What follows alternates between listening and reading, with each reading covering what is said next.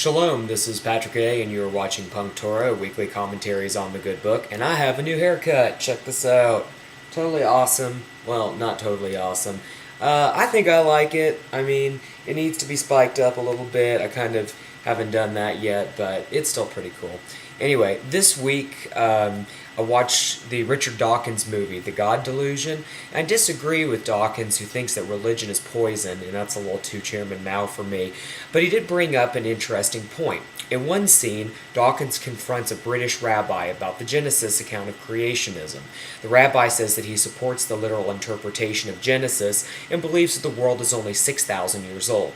Dawkins tells the rabbi how stupid this is because archeologists all agree that humans are millions of years old and that 6,000 years ago was the start of the agricultural revolution. This got me thinking, is there a biblical connection between the agricultural revolution and the loss of Moses? And sure enough, there is, and it's in this week's Parshat. Parshat Behar gives the faithful a set of rules for how to handle all their farming, stuff like the Jubilee, contracts between tenant farmers, a year of rest for the land, etc., etc. And I'm not going to go into a lot of details about this because, frankly, it's really boring, and I don't even have a green thumb. I can barely keep a houseplant alive.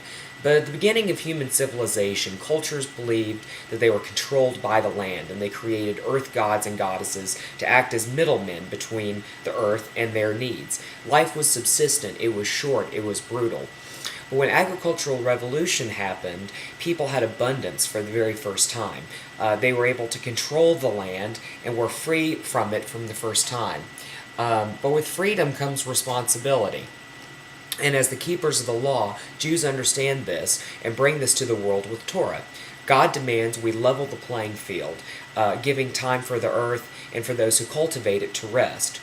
We have to give the wandering stranger something, and we have to return the land back to its original owner, and basically eliminating the whole idea of the tenant-landlord relationship. We cannot abuse our land privilege with usury, and on the 50th year, we have to celebrate with festivals. When a culture has comfort, it becomes responsible to those whose lives are still short and brutal. And the lesson of this Parsha and of the agricultural revolution is to see the bigger picture, that no matter what our abundance, we are still partners with God and have to play by the rules in order to make life worth living. Shalom.